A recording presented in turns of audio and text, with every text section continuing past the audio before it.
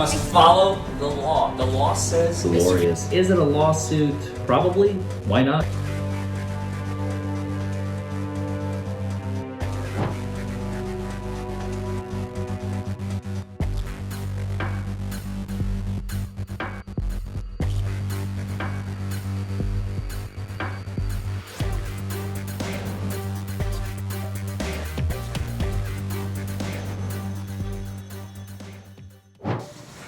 Thank you all. Please be seated. We are back on the record. The bailiff indicated that you all wanted to break loose the motion practice at this time. So Ms. Clemens, does that mean you have additional witnesses or no? No, Your Honor. Upon consultation and just kind of reviewing, I think we're okay to rest of this one. Okay, so Commonwealth rests. All the evidence that's intended to be presented is here. Is that correct? Okay. Is that I have one of this. One of the discs, yes. Yes. Okay, thank you. We've already acknowledged those Yes. exhibit numbers based upon the time stamps that were given during testimony. Okay, thank you. We'll mark those.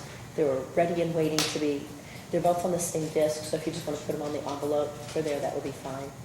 You're indicating that both the two exhibit numbers used were on that same disc, correct? Yes. Ma'am. Yes. I'm confirming, there are two versions of that, so I'm confirming really quickly that it was the version 2 that I just handed you there. If not, we'll switch it out quick before the jury gets in. But. Okay, thank you. All right, any other pieces of evidence that you all wish to enter? Okay, and Mr. Hitch, you had a motion you wanted to make? Yes, Your Honor. We'd like to renew our motion for directed verdict. You may. When we initially motioned for directed verdict, Your Honor cited cases where it might have been where it was established why the vehicle was stopped, such as a parking lot where they could have gotten out, or a shoulder where they're kind of on or kind of off. That was prior to the testimony that we've heard and the evidence presented since that time. Since that time, we've had new evidence entered into the case. We know that the car did not magically show up in the middle of the road, because we heard direct testimony of how it came to the road. Exactly the path it came, exactly the road it came down. We heard testimony of how the engine suffered a catastrophic failure and could not have been moved to the side of the road. We heard testimony that there was no shoulder where it could have been moved. It takes a car in the middle of the roadway into a position where it's actually in the safest and most practical spot it could be. He had no opportunity to pull off. He had no opportunity to pull into a parking spot. He was driving, the engine fails, and he's stuck in the middle of the road. We heard testimony that it would have been a hard stretch for him to push the car in neutral however many feet before a shoulder appeared. More than that, we heard the testimony of two witnesses that when he operated the vehicle, he was not under the influence of alcohol. So not only the positioning of the car on the road is no longer just a car that fell out of the sky that we don't know, it's a very reasonable explanation, but also we have testimony and evidence that he was not under the influence while operating the vehicle. So we ask that this court move for directed verdict with the new evidence that's been presented since the last time we made the motion. Ms. Clemens, a Commonwealth's response. As previously stated, we have the car in the middle of the road we've talked about. We haven't heard any testimony in the evidence in regards to Ms. Hamilton testified that they had been to the restaurant, had been there together, and that he was going home. He was not found at home. He was found on Pear Orchard. We had heard testimony in regards to him drinking in the vehicle is what he had talked about there. But we haven't heard anything to demonstrate. There was no bottle produced. There was no evidence in regards to what time. There was testimony as to a relative time, but as far as pinpointing for sure what time he would have called her, there was no indication from the, I think he said the Riddle Towing Company. We don't have any evidence to demonstrate that in fact these people were called, that there was anybody waiting to come get him, things like that. And so I think, based upon what we showed previously, we still have these same questions for the jury to consider. I don't think anything we've heard has countered any of that, other than the fact he did previously make those statements in regards to where he had been. We have an extremely high BA level, and his testimony was that he had only drank, I think, just some sips of the alcohol that was in the vehicle. And so you've got those two things that are kind of counteracting each other as well. I think other questions that have been raised for the jury were the portion in regards to him picking up his vehicle. I think it's something for the jury to consider that he thought his car was running the next day upon arrival. I think the fact that the tow truck gentleman, Mr. Kilgore, indicated a possibility of being able to move the vehicle, even if slightly. I mean, there's not much shoulder, I recognize that, but there is potential that the car could have been moved at least a small fraction one way or the other, and I don't pretend to have any car expertise, but I don't think anything that has been testified to at this secondary point has done anything to discredit the fact that this car is found in the middle of the road. We have officer testimony, we have his statement on the body cam there that indicated he just left the pub, and so I don't think also upon the fact that the officers did not, and just upon the search of the vehicle there, didn't discover any of these, this alcohol or these open containers, and there was no indication to any of the officers, to Mr. Kilgore, or anyone else as far as we even notated there was anything wrong with the vehicle, or at least anybody been made aware of that fact. And so I think we were still at a question for the jury. I don't think anything that's been presented in the secondary half has changed that portion at this juncture, so I'd ask you to just give it to them for their consideration. Was there any other response you wish to make? No, Your Honor. Okay. It is certainly an interesting set of facts, but it's just that it's a set of facts, and I believe it's a set of facts that needs to be evaluated by the jury in those circumstances. There's certainly an opportunity for an explanation that if the jury believes that explanation, they will probably find not guilty. But by the same token, the jury may not believe that explanation, and they may find a finding of guilty, and I think a reasonable juror could make either of those assumptions when they look at all those facts. And so I don't think it is the kind of case that I need to take out of their hands. I think they need to make those decisions and see whether or not the Commonwealth has met that burden. So did you all want to, a few moments before you begin closings, or are you ready to do closings? A few moments. Absolutely. Okay. We've had a lot of information. A lot of it was just coming to light. So if you all will simply have to get our instructions together and take a look at those instructions, and then after we see the instructions, we'll be able to make closing remarks and be able to go from there. So the instructions, the Commonwealth had not previously elected between under the influence and 0.08 or greater and that potential aggravator. After hearing the evidence, do you intend to make elections, or are you requesting both? Your Honor, I'll just leave. I think I'll just leave both, Your Honor, rather than going on an election at this juncture. Then I'm going to print what I did as a first draft here and let you all take a look at those while you're framing your thoughts about closing. I'll get those out to you all and take a look. Okay. We are back on the record in the matters that concerns Commonwealth versus. We have heard the conclusion of the evidence, and it is now the court's responsibility to give you the instructions as to the law. After you hear those instructions, the framework of the law, you'll then hear closing arguments from each of the attorneys as the way they would like for you to read the evidence in the consideration of that framework of the law. After they're completed, then you'll be going into the jury deliberation room to make your decision. There are some pieces of physical evidence that you'll be able to take with you to see that you've seen entered.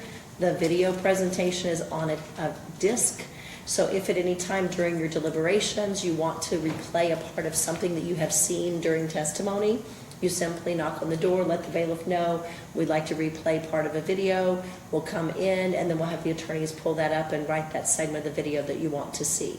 If you have any questions, you may always put those in writing and knock on the door for the bailiff. And then the bailiff will bring those to the court. I'll discuss them with the attorneys, then we would bring you back in if you had any written questions. If it was more straightforward, it might well be that you simply went to the back, made your decision, knocked on the door, and the bailiff brought you back in.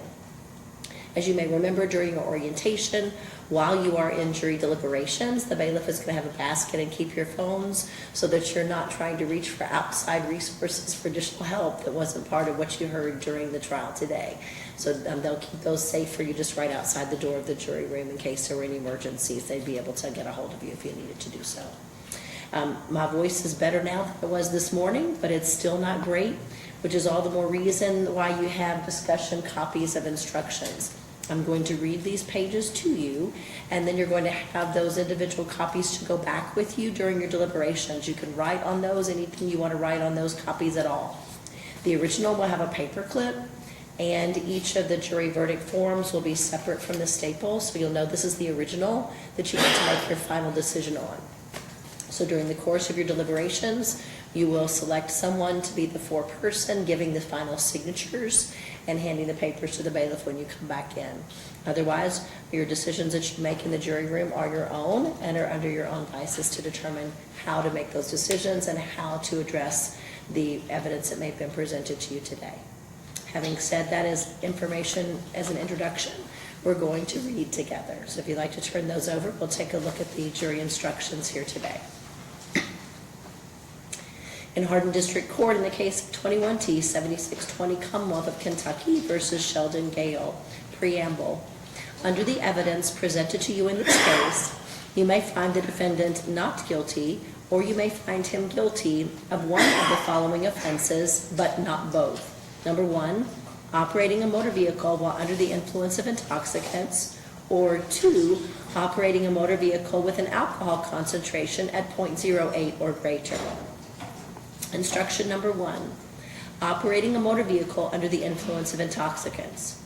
You will find the defendant guilty under this instruction if and only if you believe from the evidence beyond a reasonable doubt that in Hardin County on or about the 23rd day of October 2021 and within 12 months of his arrest, he was operating or in physical control of a motor vehicle, and that while doing so, he was under the influence of alcohol.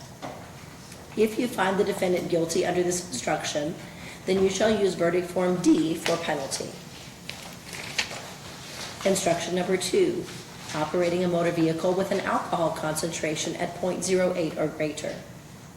If you find the defendant Sheldon Gale not guilty under instruction one, you will find the defendant Sheldon Gale guilty under this instruction if and only if you believe from the evidence beyond a reasonable doubt that in Hardin County on or about the 23rd day of October 2021 and within 12 months of his arrest, he was operating or in physical control of a motor vehicle, and that while doing so had an alcohol concentration at 0.08 or greater as measured by a scientifically reliable test of the defendant's breath or blood taken within 2 hours of the cessation of the operation or physical control of the motor vehicle. Instruction number three, aggravating circumstances. If you find the defendant guilty of operating a motor vehicle under the influence with an alcohol concentration of 0.08 or greater, and I'm going to add those words and initial the words the influence, at 0.08 or greater, you shall fix his punishment in accordance with verdict form D, the unenhanced penalty later provided herein, unless you believe from the evidence beyond a reasonable doubt that the defendant had the following aggravating circumstance present on or about October 23rd, 2021, and then you shall use verdict form E, the enhanced aggravated penalty. The question would be, the defendant operated or was in physical control of a motor vehicle while the alcohol concentration in the defendant's blood or breath was 0.15 or more as measured by a test or tests of a sample of the defendant's blood or breath taken within 2 hours of the cessation of operation or physical control of the motor vehicle. Instruction number four, penalties: 1, if you found the defendant guilty under instruction number 1, or 2, if you did not find that an aggravating circumstance existed under instruction number 3 above. If you found the defendant guilty under instruction number 1, or instruction number 2, but no aggravating circumstance existed as defined in instruction number 3 above, you shall use verdict form D, and you shall fix his punishment at a fine of not less than $200, nor more than $500, or confinement in the county jail for a period of not less than 48 hours, nor more than 30 days, or at both a fine and confinement in your discretion. Instruction number 5, penalties if you did find that an aggravating circumstance existed under instruction number 3 above. If you found the defendant guilty under instruction number 2 and find that an aggravating circumstance existed as defined in instruction number 3 above, then you shall use verdict form E and fix his punishment at confinement in the county jail for a period of not less than 4 days nor more than 30 days in your discretion, or at a fine of not less than $200 nor more than $500 and confinement in the county jail for a period of not less than 4 days nor more than 30 days in your discretion. Instruction number 6, presumption of innocence and reasonable doubt. The law presumes a defendant to be innocent of a crime, and the warrant or citation shall not be considered as evidence or having any weight against him. You shall find the defendant not guilty unless you are satisfied from the evidence alone and beyond a reasonable doubt that he is guilty. If upon the whole case you have a reasonable doubt that he is guilty, you shall find him not guilty. Instruction number 7, unanimous verdict. The verdict of the jury must be in writing, must be unanimous, and must be signed by one of you as foreperson. You should use the form provided at the end of these instructions for your verdict. You will then find individual verdict forms that you will use depending upon how you answered the questions in the instructions. The first is verdict form A and would correspond with instruction number 1. We, the jury, find the defendant not guilty of operating a motor vehicle under the influence of intoxicants, or we, the jury, find the defendant guilty of operating a motor vehicle under the influence of intoxicants. That means you've made a finding notwithstanding what number there may or may not be appropriate in the circumstance on an intoxilizer. If you find the defendant not guilty under this verdict form for instruction 1, review instruction 2 and verdict form B. If you find the defendant guilty under this instruction, then use verdict form D for penalty. So there should be good road maps at the end of each of these to make sure you know where to go to next. Turning over to verdict form B. We, the jury, find the defendant not guilty of operating a motor vehicle with an alcohol concentration at 0.08 or greater, or we, the jury, find the defendant guilty of operating a motor vehicle with an alcohol concentration at 0.08 or greater. If you have found the defendant not guilty on both instruction 1 and 2, you are concluded. If you found the defendant guilty on instruction 2 on verdict form B, review instruction 3 and verdict form C. Verdict form C is to be used if you found the defendant guilty under verdict form B, you would answer this question about an aggravator. Aggravating circumstances as defined in instruction number 3 above, answer yes or no.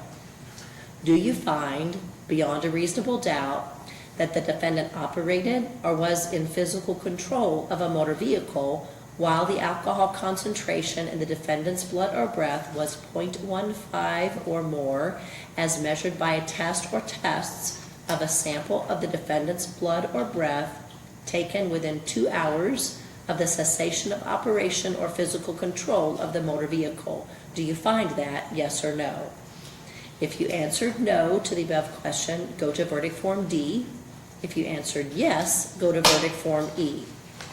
So verdict form D, you use this verdict form only if either number 1, you found the defendant guilty under instruction 1 verdict form A, or 2, you found the defendant guilty under instruction 2 verdict form B and found that no aggravating circumstance existed under instruction 3 above. You answered no to the questions on verdict form C. Having found the defendant guilty of 1, operating a motor vehicle under the influence of intoxicants, or 2, operating a motor vehicle with an alcohol concentration of 0.08 or greater and finding no aggravating circumstance existed, We, the jury, fix the defendant's punishment as follows. You would choose either number 1 or 2 or 3. 1, a fine in the sum of blank, not less than $200, no more than $500 in accordance with your previous instructions. Or 2, confinement in the county jail for blank hours or days, not less than 48 hours, nor more than 30 days, in conjunction with the instructions you previously received. Or 3, a fine in the sum of blank, not less than $200, no more than $500, and confinement in the county jail for a period of blank hours or days, not less than 48 hours, nor more than 30 days. So if this was only under the influence or a non-aggravator, 0.08 or greater, this is the form you use for those circumstances. Verdict form E is to be used only if you make a finding of guilty and it is under the 0.08 or greater and you found an aggravator was appropriate. Under those circumstances, having found the defendant guilty of operating a motor vehicle with an alcohol concentration of 0.08 or greater, further, finding an aggravating circumstance existed under instruction number 3 above, we, the jury, fix the defendant's punishment as follows. Choose either 1 or 2. Number 1, confinement in the county jail for a period of blank days, not less than 4 days, nor more than 30 days. Or 2, a fine in the sum of blank, not less than $200, no more than $500, and confinement in the county jail for a period of blank days, not less than 4 days, nor more than 30 days. At first blush, that's a lot of pages, but as you take a moment in your jury deliberations to review those carefully, each one will take you to the next step. Basically, the Commonwealth has 2 opportunities for you to review about your facts, under the influence or a 0.08. If you find not guilty on both, you are finished. If you find guilty on one or the other, then you follow that penalty track to see where it may be appropriate in your eyes under those circumstances. We're going to listen to closing remarks from each of the attorneys concerning the facts that you've heard and the framework of those instructions to review them. And after you've heard from both attorneys, then the matter will be turned over to you for decision. And Mr. Hitch, as counsel for Mr. Gale, do you have closing arguments you'd like to make to our jury? We do, Your Honor. Thank you. Hey guys, long day. It's actually really simple. D, U, I. They've got 2 of them. They've got the under the influence. They've got it either at the 0.08 or the just under the influence, right? But they don't have the D at all. They don't have it at all. They need to show, beyond a reasonable doubt, that he was driving his vehicle while impaired. They just got impaired. They just happened 2 hours after his vehicle is entirely stopped, they have impaired. Master Sergeant Gale was 100% sober while driving. Not even a question. 100% sober. 2 people testified to that. 2 respected, credible people testified to that. What was the alternative? I mean, I think he must have, or he kind of. What does the prosecution actually need to do? Can they kind of like assume, well, I mean, it had to have gotten here somewhere, and he's impaired, so he must have. You know, I love the mud analogy, because we all got moms, and it's like, your brother comes and hits you, and it's like, you 2 boys stop doing that. And it's like, Mom, I didn't hit. And she's like, We do it easily. We make assumptions. You 2 are causing trouble with each other. We do it easily because we've got to make it through the world. Police officers are on the scene, and there's a car on the road, and there's EMS, and he's like, drunk guy, vehicle, get out, I got to get in there, I got to do the test, I got to get. Doesn't even think like, oh, I have to actually prove with evidence that he drove here. Maybe I'll drive over to this so-called pub and be like, hey, did you guys see anybody with this description tonight? Can you tell me about it? Like, actually get a witness that actually testifies. Yeah, I saw him drinking, and then I saw him drinking at 10:05 p.m., and then you guys pulled him over at 11:05, so it must have. You know what I mean? They need that step. They need actual evidence. How about a ring camera on someone's house? Excuse me, ma'am, can I ask you a ring camera? I gotta get a still shot of this car driving down the road, like the time it arrived. How about a security footage? Why was there no gas station attendant? Like, yeah, this guy just came in this gas station, he seems a little bit off. Why was there no, this guy's swerving all in front of me. Why is there no evidence of impaired driving? It happens all the time. I handle hundreds of DUI cases. Hundreds. And it's always, where's the dash cam footage of the car? Driving under the influence, but we have no evidence of the driving part. We're just assuming. So the muddy analogy thing, I kind of thought about it. Didn't have much time, it's a busy day, but I thought about it. Like, your shoes are muddy, you must have gone outside. It's like, no, I didn't. What's a nice name of a dog? Mango. Our dog, fluffy dog Mango, went, dove into the mud puddle, came in, got it all over my shoes. I don't know. It wasn't that, Mom. I hit the potted plant and mud got in the house. It's not a fair analogy because we all know mud is outside and we keep our houses clean. But like, construction workers are at your house and they track mud into your house and your kid gets it on his shoe. There are lots of ways that you can have mud in the shoes. But parents are like, no, I'm a police officer, I'm a mom, I can't handle it, I've got to manage the situation, I don't have time for the evidence, Timmy, I can't listen to your explanation, I don't have time to figure out what the witness... Police officer, it's easy to arrest, and it's very hard to convict when you've got a lawyer like me, because I'm not going to let it happen. There's a court of law. This is not an assumption fantasy world where we make believe what happened. You don't get to do that here. You provide actual evidence to prove beyond a reasonable doubt.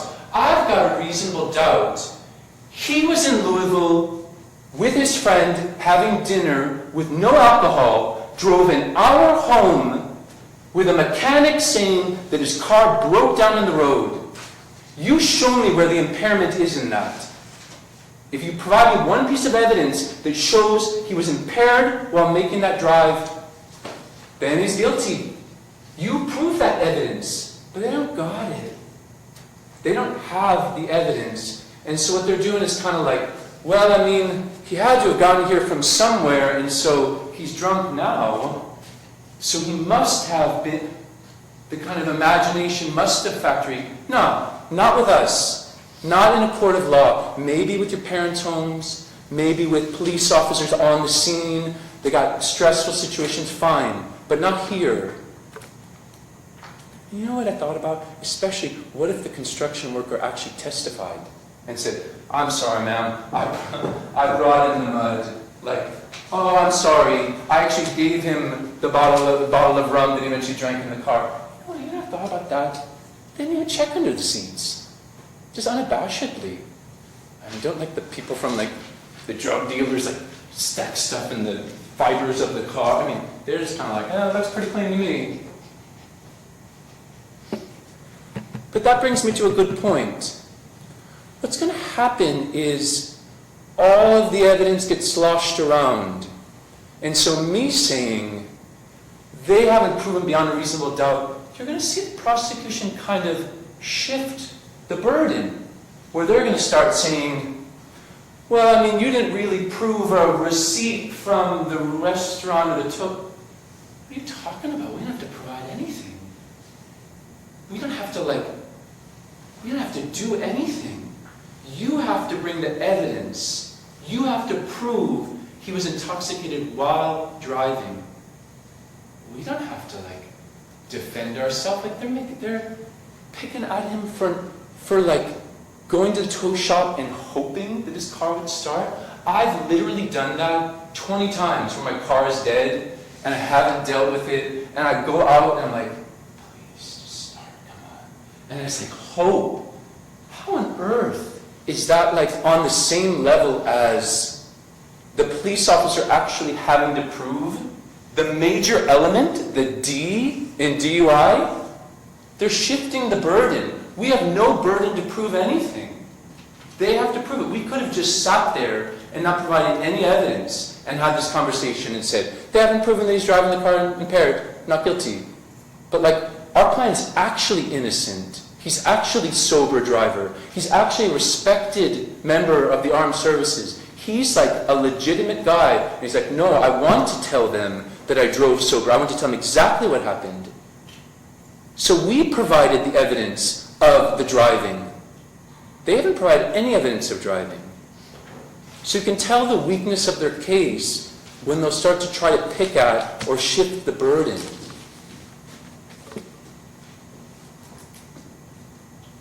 You can't be in physical control. Right? Wasn't that operating a motor vehicle or being in physical control? You can't, that goes back to what we talked about at the beginning. You can't be in physical control of a vehicle that can't move. You can't be in physical control of an inoperable vehicle. Just because you're in a car and you're under the influence does not mean that you drove the car under the influence. The car can't move.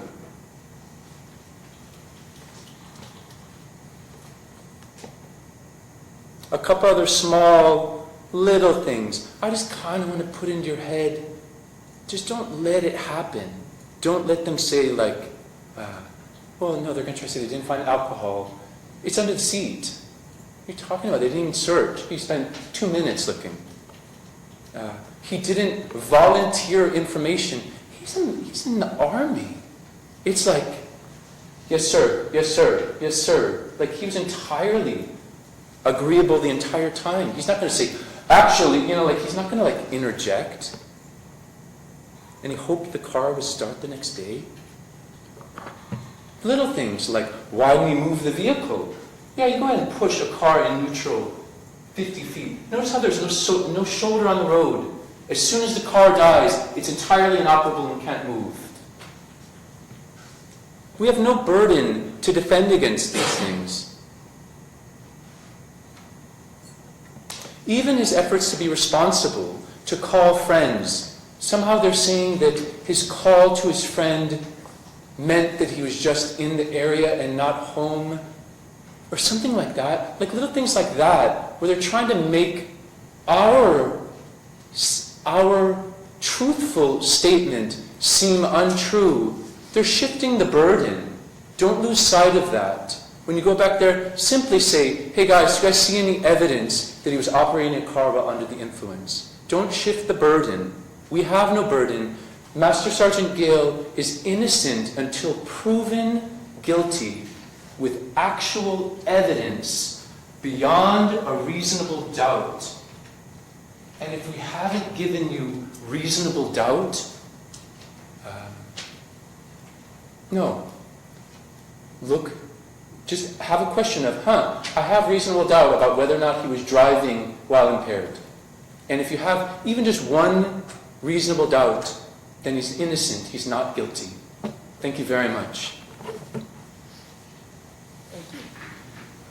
And Ms. Cummins, on behalf of the Commonwealth, you have closing arguments? Yes, Your Honor. May I please the court, ladies and gentlemen of the jury, defense Sergeant Master Gill. I'd just like to briefly begin by thank you for such a large portion of your day. We're coming into evening now, and it is not lost on me the sacrifice it is to be here. So thank you again for being here. I'm going to unpack a little bit what he said, but I'm going to try to keep it brief. You have your jury instructions. I want to explain a little bit for the purpose of the length of the day, just in regards to some of the witnesses and things like that. As you've now heard repeatedly, it is the burden on the Commonwealth. And so a lot of those things are just attempting to establish and make sure that each of the elements, as we talked about, as you've heard on the instructions, in regards to the operation of the vehicle, being under the influence of alcohol, those type of things, that's the purpose of all those witnesses. As he has previously stated, the portion in regards to under the influence of the alcohol, we've had a presentation of a BA slip, the blood alcohol slip, indicating that he was at a 0.225. And we've heard from an expert as to what some of those concerns are with that. They were consistent with what you all viewed and observed on the body cam footage. It was consistent with what you heard from the officers in regards to the field sobriety and those type of tasks that were administered so that you could see those things. The issue that is continually raised and what has just been raised here by defense is the issue of operation. So I want to unpack a little bit what we've looked at and what we've talked about and kind of where we are physically. So we are talking about the 1400 block of Pear Orchard Road. And we heard from two separate witnesses that had indicated that they, along with others, were coming to and from the Baptist church there locally, picking up kids from a church lock-in. They testified, I think Mr. Williams indicated based upon the CAD, that his call would have come in about 12:57, 12:58, so coming in right there at the 1 o'clock. With his test, his BA test coming in at about 2:09 on the slip there. It's when the test was actually administered. So you have testimony that individuals observed his vehicle at that point. You don't, based upon officer testimony and based upon what the two lay witnesses indicated, that was the call that triggered law enforcement to come. And so at that point is when it's recognized that another person saw this vehicle and called this vehicle at that juncture. You also heard testimony that this lock-in would have ended at about midnight. And so, as Mr. Williams said, there were many people coming and going to pick up their children from this church. So this road would have had traffic on it. So there would have been other people that would have potentially have seen if this vehicle had been sitting there, that would have potentially been able to say the car was here, not here, but this is the first call that triggers it, indicating the car likely hadn't been there long. We also have the location, you guys have seen it now several times on various different videos, but you've got a car that's essentially in the middle of the roadway. It's blocking to the extent that people are having to physically go around it. People are having to get over in the other lane or kind of into the turn lane. And I know you all saw that on the video, but just to kind of reiterate, there is kind of a middle there. There's been testimony in regards to there being a shoulder or not a shoulder, and recognizing the fact that there isn't like a special lane off to the right, there is that room on the left. And we have discussed the possibility with the mechanic. We have discussed the possibility with the officers as to the putting it in neutral and kind of sliding it out of the way. But you could see the vehicle there. There was no extension of emergency flashers or anything like that. We have repeated testimony that the individual was stopped in the road, passed out behind the wheel. Now, as Mr. Hitch indicated, I do intend to reiterate there was no alcohol found in the car. You could see the car. You could see what the officer saw there. There was no alcohol in the car. You also heard testimony, as well as hearing it on there, that in fact he indicated he had been to the Heartland pub when asked where he had come from. We've got an individual who was not on the direct route home or the GPS route home as indicated from the Bardstown Road address where he said he was coming from and then where he was coming to get to the house. I think it is telling, and I think it's consideration for the officers also when they were on the scene there. When asked about his vehicle, what to do with the vehicle, he made no mention of anyone being able to come get it. He made no mention of previously calling a tow truck. And then when it was indicated the tow truck would be coming upon their call, that's how the car ended up getting moved. I think what we have, and with the mechanic's testimony in regards to his lack of indication, I think it's at least telling that the next day he believed his vehicle was going to start. And so you've got this timeline of if he passed out in the vehicle, did he have time before he passed out to stow alcohol somewhere else? Did he also recall, and I think this is all stuff to be considered, not to shift the burden. I think these are all things that the officer would have been able to consider at the time upon the fact that there was no visible alcohol and upon that none of these statements were made. He was, and testimony that you heard from different people, we've gotten back to Elizabethtown. So I think the testimony we heard, just to kind of clarify, was that when he left Louisville, he had not been drinking, there wasn't any alcohol considerations there. And then you have the counter statement where he comes and says to the officers on the scene that he had been to Heartland Pub, which is here in Elizabethtown. And so I think there's a little bit of a distinction there. I hate to object during closing of opposing counsel, but I think that is in the statement of the facts. If counsel can approach, please.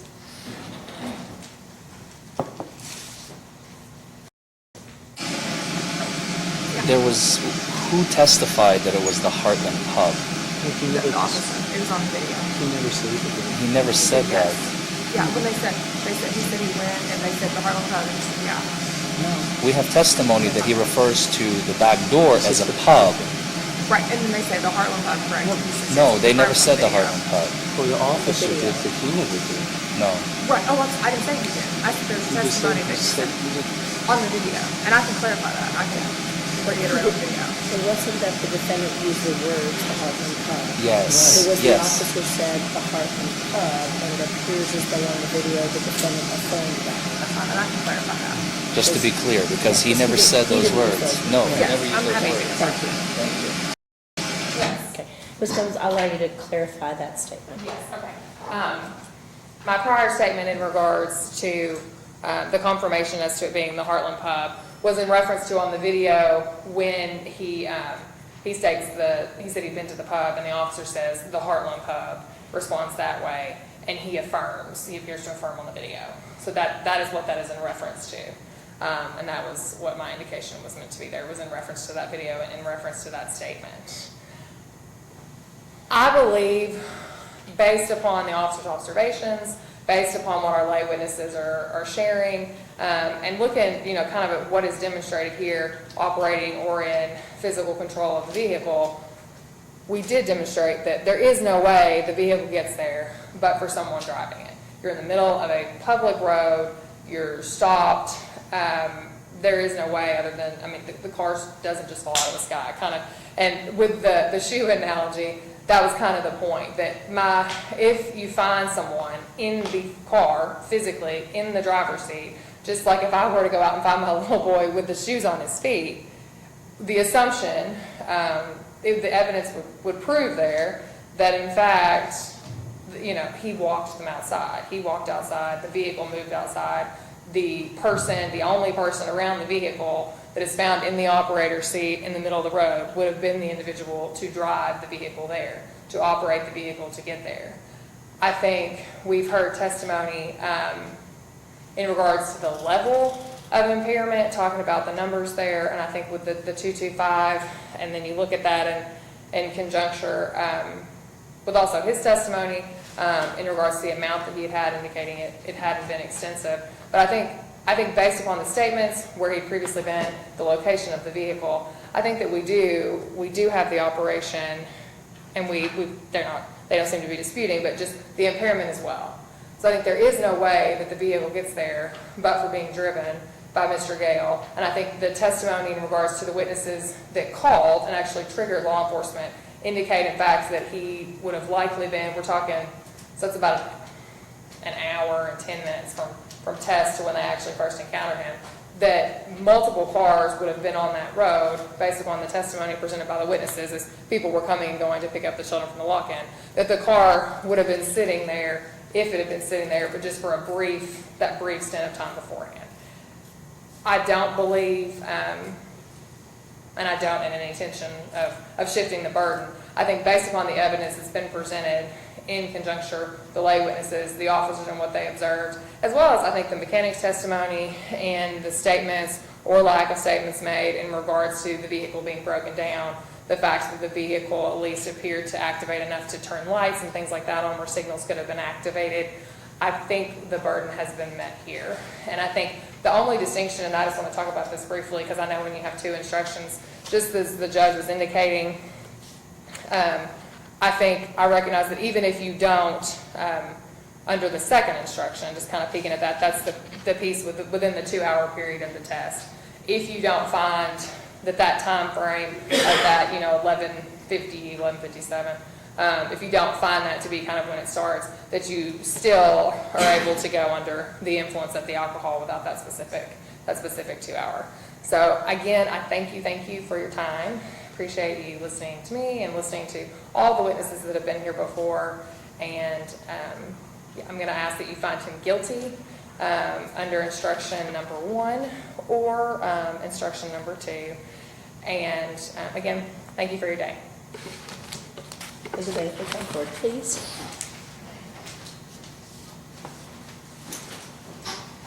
And would you raise your right hand? Do you swear or affirm as a bailiff in charge of a jury of the Hardin County District Court that you shall not allow any communications to be made to a jury under your charge, nor make any yourself, except to ask them if they have agreed upon their verdict, unless by order of the court? And do you further swear or affirm that you will not, before the verdict is rendered, communicate to any person the state of their deliberations or the verdict agreed upon? If so, please say I do. I do. Thank you. The evidence and the instructions are here. And ladies and gentlemen, you may go with the bailiffs and begin your deliberations at this time.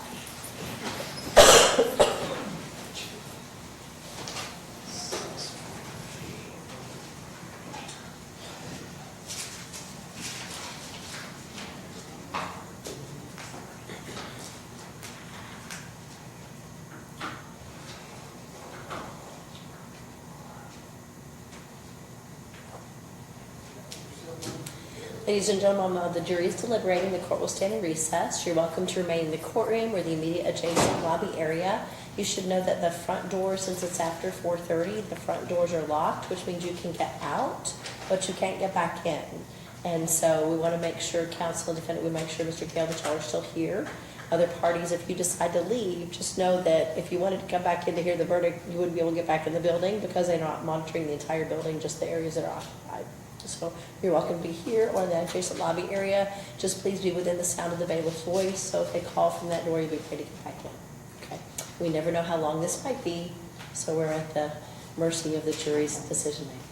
Thank you all. We'll stand in recess. Thank you, Your Honor. Court come to order. Thank you. We're back on the record. You're welcome to remain standing for the jury or be seated. The jury has indicated to the bailiff that they've reached a conclusion and they're on their way in. Thank you. Please be seated. We'll read this decision. Under verdict form A, we, the jury, find the defendant not guilty of operating a motor vehicle under the influence of intoxicants.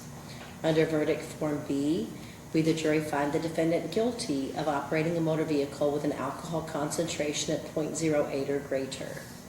Under verdict form C, does an aggravating circumstance exist? The finding is yes. Under verdict form D, that of course was not applicable. Under verdict form E, having found the defendant guilty of operating a motor vehicle with an alcohol concentration of 0.08 or greater, further finding an aggravating circumstance existed under instruction number 3 above, we, the jury, fix the defendant's punishment as follows. Under number 1, confinement in the county jail for a period of 4 days. So that would be the minimums on that verdict form for that particular aggravator. And that was the intention of each of the members of the jury. Is that correct? Sure. Okay. Thank you. Do either of the attorneys request an individual polling of the jury? The Commonwealth is not here. The defense does, Your Honor. Okay. What that means is that the clerk is going to state the name of a juror, and if that was your intended verdict, you say yes. If that was not your intended verdict, then you say no, because that would mean that we had a misunderstanding of what was expected on the form as read. So Ms. Brittany's going to call your name, and if that was your intended verdict, say yes. If it was not, say no. Are there any other motions to come before the court as concerns the jury today? And not the jury, Your Honor. Okay, thank you. Our ladies and gentlemen of the jury, I would let you know that whenever the close of your term of service ends, that will be the month of June, Whenever June is over, you may find someone from either of the attorney's offices to contact you about your term of jury service, what happened during trial, or even what you might have discussed during jury deliberations. We ask that they wait until your term of service finishes in June, at the end of June, so it doesn't make you uncomfortable about serving on another case. I only mention that. You may never be contacted, but there's nothing inappropriate about being contacted. I just want you to know that you should feel free to answer any questions if you're comfortable, or to decline if you're uncomfortable.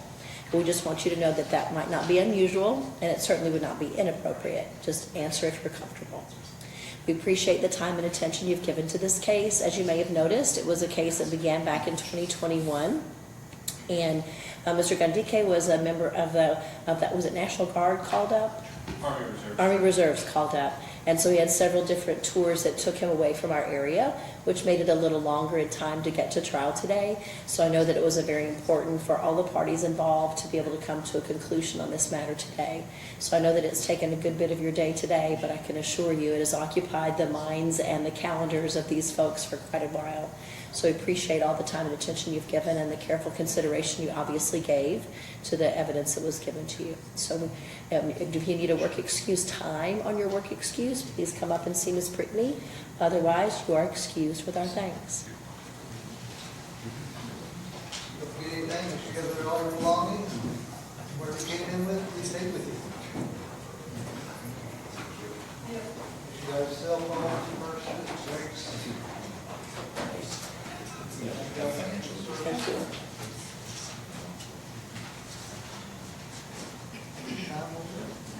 You're welcome. And Deputy Sullivan, can you grab me a couple forms over here, sir? Can you grab me a couple? Sorry, I can't speak loud enough for you. I want a jury service form. I'm not speaking for them. I want to, maybe, I want to do a sentencing form.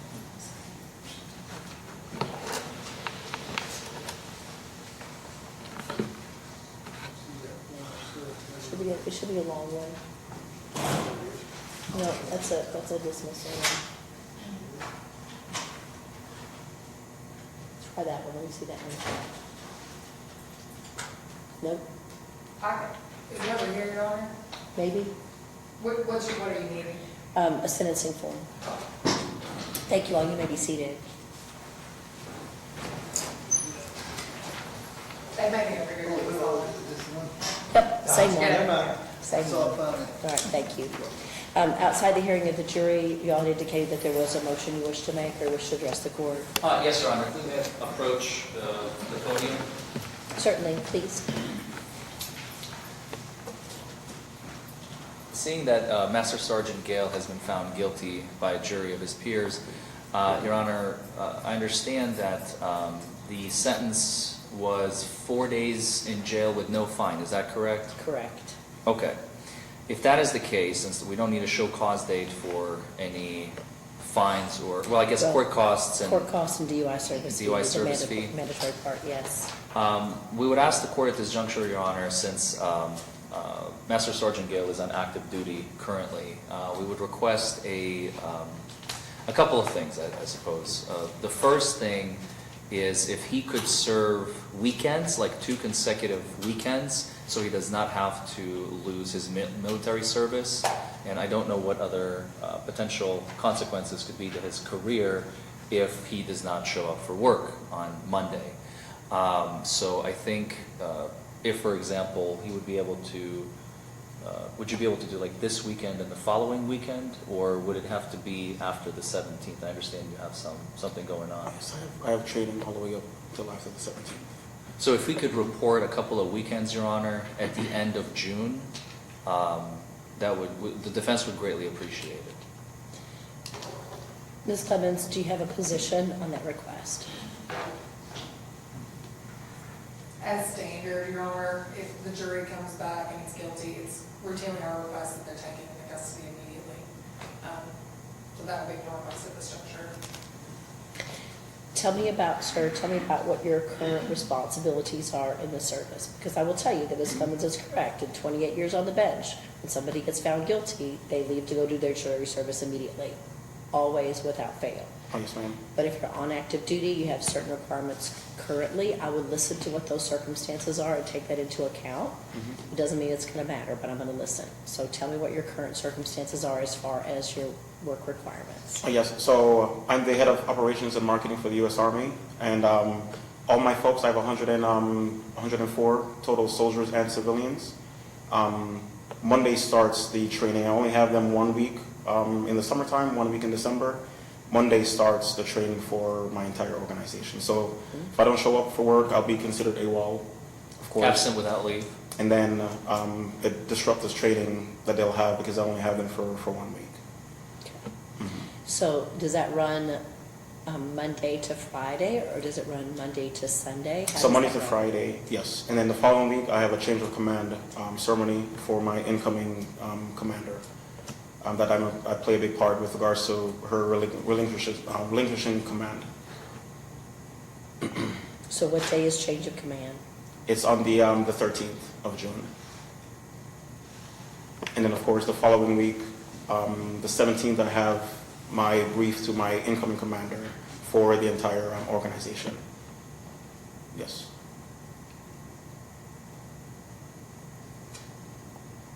All right, then what I'll do, Ms. Clemens, I'm gonna grant his request for weekends, but I'm gonna start tonight for 2 days and then next week for 2 days, Friday at 7 p.m. to Sunday at 7 p.m. And that gives you the opportunity to keep all of your requirements for your military service. Being next to military installation, being an Army brat, I know exactly what you mean when you talk about those specific weeks of training and those change of commands. And it would be more of a detriment to your business than to you if I required you to go immediately and lose the first part of that week. So I'm going to acknowledge your active duty requirements. And so basically we do 7 p.m. to 7 p.m., but I'll count this as a 7 p.m. Friday. It was administratively released, so we didn't have a full day of service for DUI service, but basically you get coverage here. So that means you'll go tonight, but you'll be out Sunday at 7 p.m., so that you'll be there Monday morning. And then the next Friday, the 14th, you'll go in Friday at 7 p.m. and be out Sunday at 7 p.m., so it doesn't affect any of those dates that you've given me. Or just to be candid with the court, and you can maybe look at the file there, I do believe he was arrested, I don't know how that works. So if it was the served for, I hope that takes that day into account. If he didn't do 24 hours, it doesn't Alright, count, I and he just- was administratively released. So I assume if we went in at 1 a.m., we were administratively released by 8 a.m. That was literally going to be my question. Does he get credit time served for 1 day, Your Honor? Only if he served 24 hours. He was administratively released, so it should have been between 1 a.m. and 8 a.m. Okay. Is that right? Should have been 8 a.m. I said bonds 8 p.m. and 8 a.m. If this was 1 a.m., it should have been 8 a.m., but I'll double check. Is there any way for the court to count the time that he did serve? If it's not a full day, Oh, because we're giving him this part, because you have to report by 7 p.m. on Friday, so we're giving him this part. Let's see. 10:23, 11:04 a.m.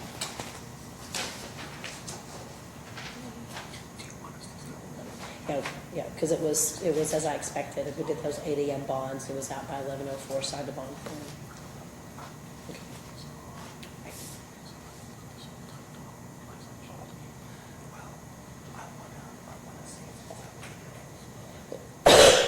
Excuse me.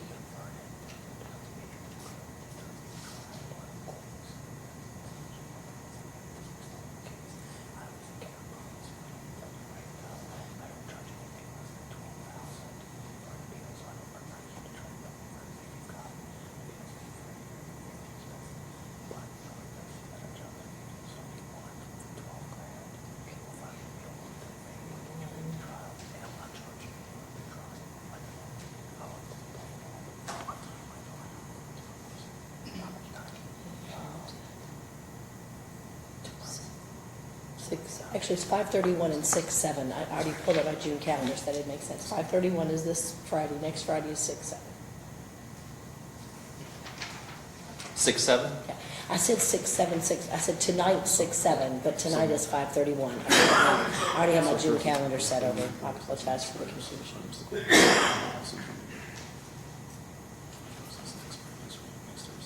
Okay, that's the 6th. There's no VIP and no life skills because it's a jury trial, but there is the requirement of alcohol and drug education that will be monitored by CAMS. Will we monitor their cams on it? We'll have to CAMS Yes, for monitors, sure. Just- but no life skills class, Yes. no VIP. No, if I can have a copy of that. Yes. No. Right, the no fines. The court cost section alone is 189. The DUI mandatory service fee is $425. So the total is $614. The due date is 11/26. DUI costs, 614, due by November 26. We've got a weekend service order. I wasn't expecting to do that. And Your Honor, I believe we also need to address the matter of the license suspension, I'll give you a DOT information sheet. because he would like to apply for the ignition interlock device. Yes, absolutely. You can do that even if you don't hold a Kentucky license. If you do hold a Kentucky license, you need to turn your license into the clerk. If you hold an out-of-state He has license. a Georgia license, Judge. Yeah. No, I won't physically take it out of your hands, but even in Georgia, any out-of-state license also uses that same information to do an ignition interlock. They're done directly through DOT. It doesn't even have to come through a judge, so it's good.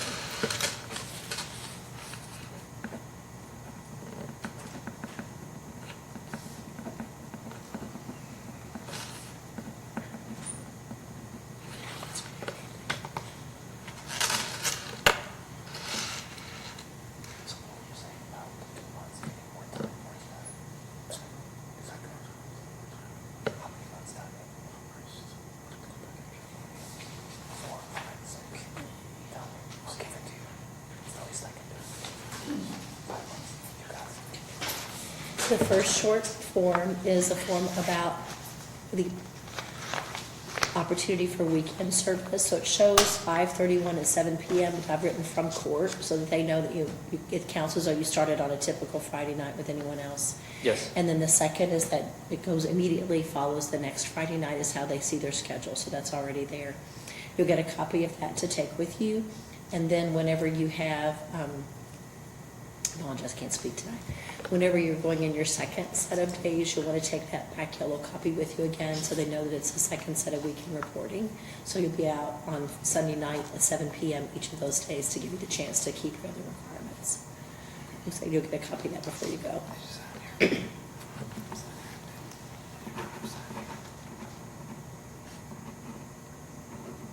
First name?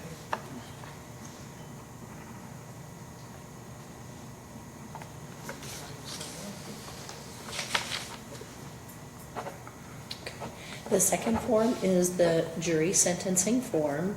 Most of the time you see that form used on a plea of guilty, so there's some things that are on there that are not a part when you go to jury trial. For example, at the very top, it shows what your fine might be. There's no fine, it's the court cost only part. There's a mandatory $425 service fee, so that's listed in as well. So the number on the right is the same number that matches the little white slip that you just got. The white sheet tells you all the ways that you can pay that, whether it's in person, by mail, through the telephone, on the internet. If you only like cash payments and you don't want to do the others, on the back it shows local merchants that even do that on behalf of the court for cash payments. As long as that's finished by November 26th, then you do not have to come back to court about that at all. If it's not finished and you need more time, come back on that Tuesday morning at 8:30, and you can get additional time if you need to do so. Okay. Following on down there, it shows you the treatment. Typically speaking, on a DUI plea, there'll be the statutory alcohol and drug education, and then there would also be a victim impact panel and a local CAMS online program.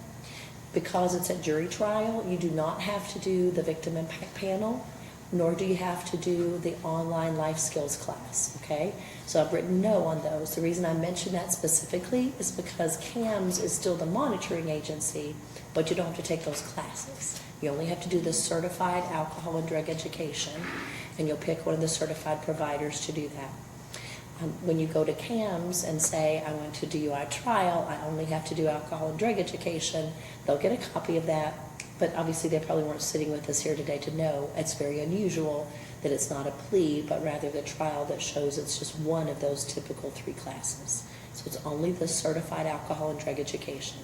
That's where you look at the list of CAMs, pick the certified provider from that list that you want, depending on where they're located or what times they hold classes, will help you decide which of those providers you want to go to. When you do that class, you'll show CAMs who finished it. They'll close that out and tell the court that you've done so, and they'll work with DOT to show that that class has been completed for your benefit. The license suspension is done through the Department of Transportation. They tell you how long the license is suspended for, and they're also the ones from the sheet you've been given there that grant the privilege of ignition interlock license. And they'll tell you where the local places are that are certified to put the device on a vehicle, and they'll help you with those things. So the email that we've given you there goes directly to the 2 women at DOT that do that program. So you'll be able to get directly to them to do that work. If you complete all of those things, you will not have to see me again about this case. If you have any questions, you can always talk to your attorney. You can come to court about those questions if you do. Do you have any questions for me today that you can think of? None at this time, no. The only thing, Your Honor, that I think we may have glossed over, because he has a Georgia license, when Kentucky actually suspends his license for the 120 days, or sorry, the 6 months or the 4 months on the ignition interlock, Georgia may impose their own suspension in lieu of Kentucky's. So it could potentially be greater. There's a possibility that your home state will know about a conviction because we have reciprocity, and they could do something different in addition. So just keep that. But it's not what I'm sentencing you to, but it is an acknowledgement that your home state, licensing state, could do potentially something different. So whenever you finish with Kentucky and Kentucky tells Georgia it's all good, remember not to drive until Georgia gives you the letter of reinstatement. Okay. Excellent question. Any other question you might have for me today? None for now. Okay. It's a lot to take in. It's all in writing, and you'll get a copy before you go. Okay. And you all do not sign because it was a trial by jury. You all are only signing to acknowledge that you've accepted a copy, and we'll give you a copy before you go. We'll still give Ms. Lemons that copy. Do you mind to take it back to CAMS? Yes, I will. So CAMS will charge you a monitoring fee, but you do not have to take the class. 25 a month from this Yeah. class. Just so that he knows. Yes. Okay. So the sooner you finish the certified alcohol and drug education, the sooner that monitoring fee stops. It will probably take you more than 1 month just because of finding a provider, getting assessed, and getting those classes started. But as soon as you finish, then that monitoring fee stops. Most people take the online CAMS class of life skills, and it costs them an additional $155, but you don't have to take that one, okay? Anything else you may think following up with CAMS that we need to know? I don't think so. I think as long as, you just tell me. Usually CAMS takes down your phone number and an email, and I didn't do that. I don't care. Okay, do you mind to just put it here? I'll just put it on here. I can put it on, a lot of times we'll put it on the bottom, Yep. if that's okay. That's okay. If you would care to just give me a good contact number, sir. I'll let you give that, so give it to CAMS for you. So 706 304 9989. 9989. Okay, all right. Council, I just want to make a comment to all 3 council today. Y'all worked diligently. It was a long time coming today, and I know that waiting for that trial date in and of itself can be a weight upon your shoulders, trying to see what is going to happen, how this is going to affect me. Are we going to get this over ever? And it was certainly in misdemeanor court, it's certainly one of the longer trial dates that we have spread out. And so that means it's all the more difficult to manage witnesses and keep people coming back and holding on to you perhaps even at Fort Knox maybe longer than they would have, just to make sure that you were local to finish these kinds of things. So I just wanted to tell council I appreciate your thoughtful and your careful preparation and your professionalism in handling the jury today. That was important to me, and I know that it means something to you and to your client. So whether your client's the Commonwealth or whether your client is Mr. Gale, we appreciate your time and attention. Okay? All right. Thank you, sir. Thank you. I'm going to ask you an uncomfortable question. Did you have other clothing that you wanted to wear down? I'd have to go home and get it. Okay. Yes. If you have a friend that you want to be able to take, for example, just your uniform jacket with all your medals and not take those into the center, I would be more than pleased to give you that opportunity. So that if it's just shirt and tie instead of your jacket, you can feel free to trust that to a friend. Okay? This is another, just with the file, can we switch out the original certified records Yes. to the signature? That's the time to do that. Just Yes. before the file goes? Yes.